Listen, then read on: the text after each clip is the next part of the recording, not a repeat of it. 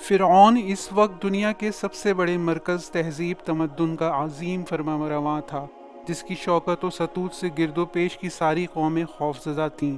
قرآن میں فرعون کے لیے ذل اوتاد میخوں والا کے الفاظ استعمال کیے گئے ہیں۔ اس کے کئی مطلب ہو سکتے ہیں۔ ممکن ہے کہ اس کی فوجوں کو میخوں سے تشبیہ دی گئی ہو اور میخوں والا کا مطلب فوجوں والا ہو، کیونکہ انہی کی بدولت اس کی سلطنت جیسے خیمہ میخوں کے ذریعے سے مضبوطی کے ساتھ قائم ہوتا ہے۔ یہ بھی ممکن ہے کہ اس سے مراد فوجوں کی کثرت ہو اور مطلب یہ ہو کہ اس کے لشکر جہاں بھی جا کر ٹھہرتے تھے وہاں ہر طرف ان کے خیموں کی میخیں ہی میخیں ٹھکی نظر آتی تھیں۔ یہ بھی ہو سکتا ہے کہ اس سے مراد وہ میخیں ہوں جن سے تھونک کر وہ لوگوں کو عذاب دیتا تھا، اور یہ بھی ممکن ہے کہ اہرام مصر کو میخوں سے تشبیہ دی گئی ہو، کیونکہ وہ فرعونہ کی عزم و شوکت کے وہ آثار ہیں جو صدیوں سے زمین پر جمے کھڑے ہیں۔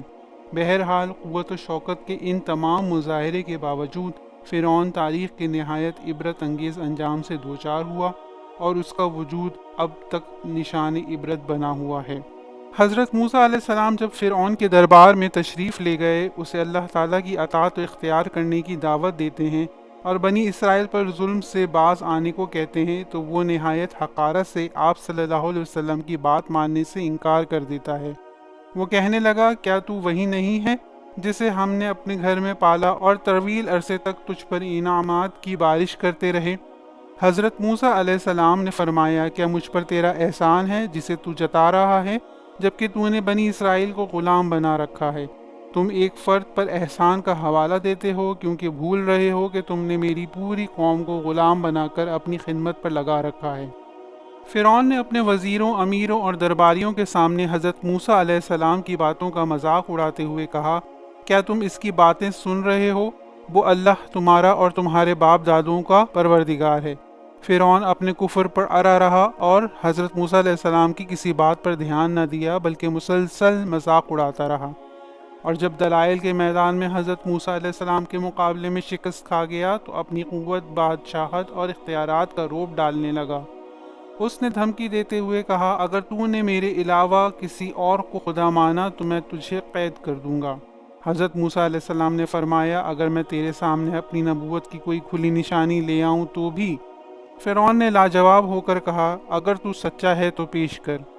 حضرت موسیٰ علیہ السلام نے اسی وقت اپنی لاٹھی زمین پر ڈال دی، جو اچانک بہت بڑا اور خوفناک سانپ بن گئی۔ یہ منظر اتنا دہشت زدہ کرنے والا تھا کہ فرعون شدید خوفزدہ ہو گیا۔ اسی طرح جب حضرت موسیٰ علیہ السلام نے گریبان میں ہاتھ ڈال کر نکالا تو وہ چاند کے ٹکڑے کی طرح چمک رہا تھا اور اس کے نور سے آنکھیں چندھیا رہی تھیں۔ جب آپ نے دوبارہ گریبان میں ہاتھ ڈال کر نکالا تو وہ اپنی حالت پر واپس آ چکا تھا۔ لیکن ان ساری باتوں کا فرعون پر کوئی اثر نہیں ہوا۔ وہ اپنے کفر پہ اڑا رہا۔ اس نے ان معجزات کو جادو قرار دیا اور ان کا مقابلہ جادوگروں کے جادو سے کرنا چاہا۔ اس نے اپنے ملک کے تمام جادوگر اکٹھے کر لیا اور اس کے لیے ایک قومی جشن والا دن طے کر لیا۔ حضرت موسیٰ علیہ السلام بھی یہی چاہتے تھے کہ سب لوگوں کے سامنے اللہ تعالیٰ کی نشانیاں ظاہر کریں۔ یہ دن خوشی کے اظہار کا دن تھا۔ مقابلے کے لیے صبح کا وہ وقت طے پایا جب خوب روشنی ہو جاتی ہے۔ حضرت موسیٰ علیہ السلام بھی چاہتے تھے کہ رات کا وقت نہ ہو بلکہ ایسا روشن وقت ہو جب تمام لوگ کھلی آنکھوں سے معجزات کا نظارہ کر لیں۔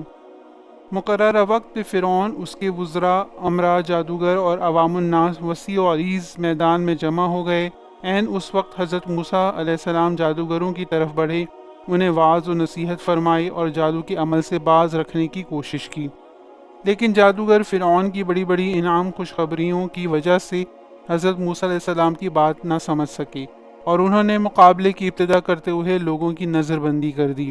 اس طرح لوگوں کو جادوگروں کی رسیاں اور لاٹھیاں دوڑتے ہوئے یہ منظر دیکھ کر حضرت موسیٰ علیہ السلام کچھ پریشان ہو گئے، تو اللہ تعالیٰ نے فرمایا، اے موسیٰ، تم خوف نہ کھاؤ، یقیناً تم ہی غالب اور برتر رہو گے۔ تمہارے داہنے ہاتھ میں جو لاٹھی ہے اسے زمین پر ڈال دو، ان جادوگروں کی ساری کاریگری ختم ہو جائے گی۔ انہوں نے جو کچھ بنایا ہے وہ سب جادوگروں کے کرتب ہیں، اور جادوگر کبھی بھی کامیاب نہیں ہوئے۔ حضرت موسیٰ نے عصا پھینکا تو وہ پھنکارتا ہوا اژدہا بن گیا۔ اس اژدہے کے پاؤں بھی تھے، جبکہ بہت بڑی گردن اور خوفناک شکل تھی۔ لوگ اسے دیکھ کر پریشانی سے پیچھے ہٹنے اور بھاگنے لگے۔ وہ جادوگروں کی رسیوں اور لاٹھیوں کی طرف آیا اور بہت تیزی سے انہیں نگلنے لگا۔ لوگ یہ منظر دیکھ کر بڑے تعجب کا اظہار کر رہے تھے رہے جادوگر تو وہ یہ صورتحال دیکھ کر ششدر رہ گئے۔ ان کے سامنے ایک ایسی حقیقت آ گئی تھی جس کے بارے میں وہ سوچ بھی نہیں سکتے تھے۔ یہ چیز ان کے مکروہ فن سے ماورا تھی۔ تب وہ اپنے علم کی روشنی میں اس نتیجے پر پہنچے کہ یہ جادو یا شعبدہ بازی نہیں، نہ وہم خیال ہے، یہ حق ہے جو اللہ تعالیٰ کی طرف سے ظاہر ہوا ہے۔ یوں اللہ تعالیٰ نے انہیں ہدایت کی روشنی سے نوازا۔ وہ سجدے میں گر گئے اور انہوں نے فرعون کی قوت اور بادشاہت کو نظر انداز کرتے ہوئے سب کے سامنے موسیٰ و ہارون علیہ السلام کے رب پر ایمان لانے کا اعلان کر دیا۔ جادوگر سجدے میں گر گئے۔ فرعون بولا، بیشتر اس کے کہ میں تمہیں اجازت دوں تم اس پر ایمان لے آئے۔ بے شک وہ تمہارا بڑا استاد ہے جس نے تم کو جادو سکھایا ہے۔ سو میں تمہارے ہاتھ اور پاؤں مخالف سمت سے کاٹ دوں گا اور تمہیں کھجور کے تنوں پر سولی چڑھا دوں گا۔ اس وقت تم کو معلوم ہوگا کہ ہم میں سے کس کا عذاب زیادہ سخت اور دیر تک رہنے والا ہے۔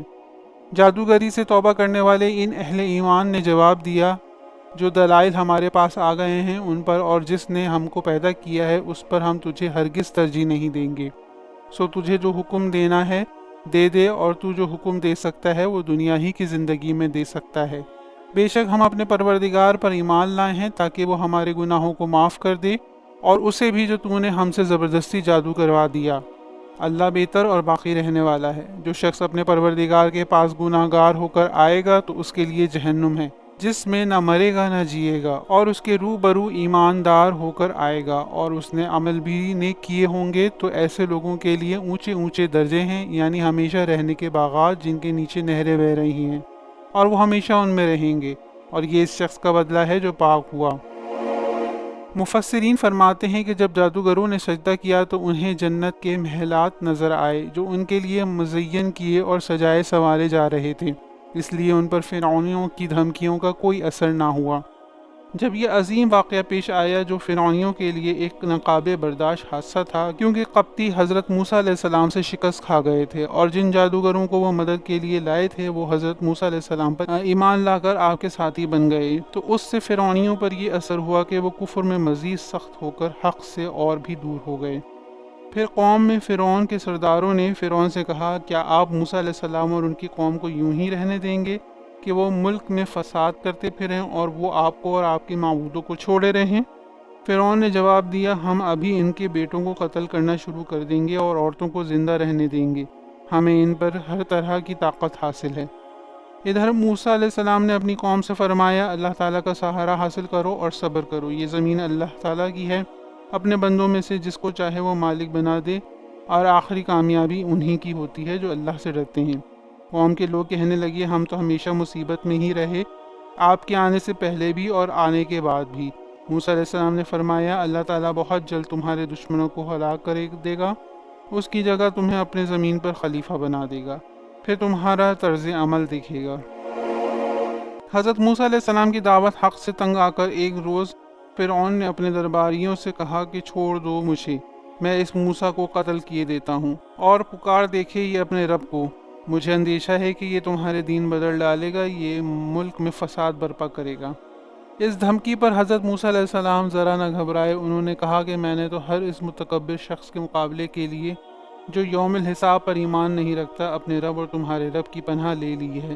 اس موقع پر فرعون کا ایک چچا زاد بھائی اور جو اپنے ایمان چھپائے ہوئے تھا اپنی قوم اور فرعون کو مخاطب کر کے بولا، کیا تم ایک شخص کو صرف اس بنا پر قتل کر دو گے کہ وہ کہتا ہے کہ میرا رب اللہ ہے، حالانکہ وہ تمہارے رب کی طرف سے تمہارے پاس کھلی نشانیاں لائے ہے؟ اگر وہ جھوٹا ہے تو اس کا جھوٹ خود اسی پر پلٹ پڑے گا، لیکن اگر وہ سچا ہے تو جن ہولناک نتائج کا وہ تم کو خوف دلاتا ہے ان میں سے کچھ تو تم پر ضرور آ جائیں گے۔ اللہ تعالیٰ کسی ایسے شخص کو ہدایت نہیں دیتا جو حد سے گزر جانے والا اور کذاب ہو۔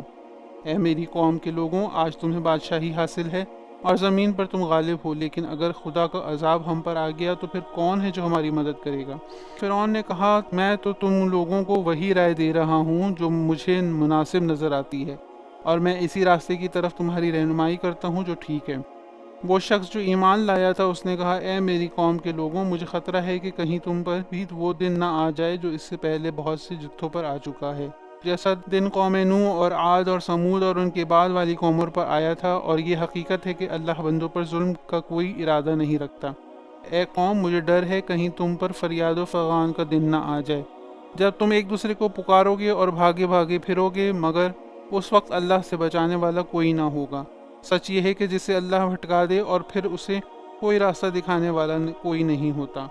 اس سے پہلے یوسف علیہ السلام تمہارے پاس بینات لے کر آئے، مگر تم ان کی لائی ہوئی تعلیم کی طرف سے شک میں پڑے رہے۔ پھر جب ان کا انتقال ہو گیا تو تم نے کہا اب ان کے بعد اللہ کوئی رسول نہ بھیجے گا۔ اسی طرح اللہ تعالیٰ نے ان سب لوگوں کو گمراہی میں ڈال دیتا ہے جو حد سے گزرنے والی اور شکی ہوتے ہیں۔ آل فرعون کے اس مرد مومن کی تقریر کے دوران فرعون اپنے وزیر ماہان کو مخاطب کر کے یہ بات کچھ اس انداز میں گویا وہ اس مومن کے کلام کو کسی التفات کے قابل نہیں سمجھتا، اس لیے متکبرانہ شان کے ساتھ اس کی طرف منہ پھیر کر حامان سے کہتا ہے، ذرا میرے لیے ایک اونچی عمارت تو بنوا، دیکھوں تو صحیح کہ یہ موسیٰ جس خدا کی بات کر رہا ہے وہ کہاں ہے۔ شاید اس طرح میں آسمان کے ان دروازوں تک پہنچ جاؤں اور موسیٰ کے معبودوں کو دیکھ لوں، اور بے شک میں سمجھتا ہوں کہ وہ جھوٹا ہے۔ اس گفتگو سے فرعون کا اصل مقصد یہ تھا کہ وہ لوگوں کو حضرت موسیٰ علیہ السلام کی تصدیق سے روکے اور تکذیب پر آمادہ کرے۔ مفسرین کہتے ہیں کہ حامان نے یہ محل جو بنوایا تھا وہ اتنا بلند تھا کہ اس سے پہلے اتنی بلند عمارت دنیا میں نہیں بنی تھی، اور وہ آگ میں پکی ہوئی اینٹوں کی تھی۔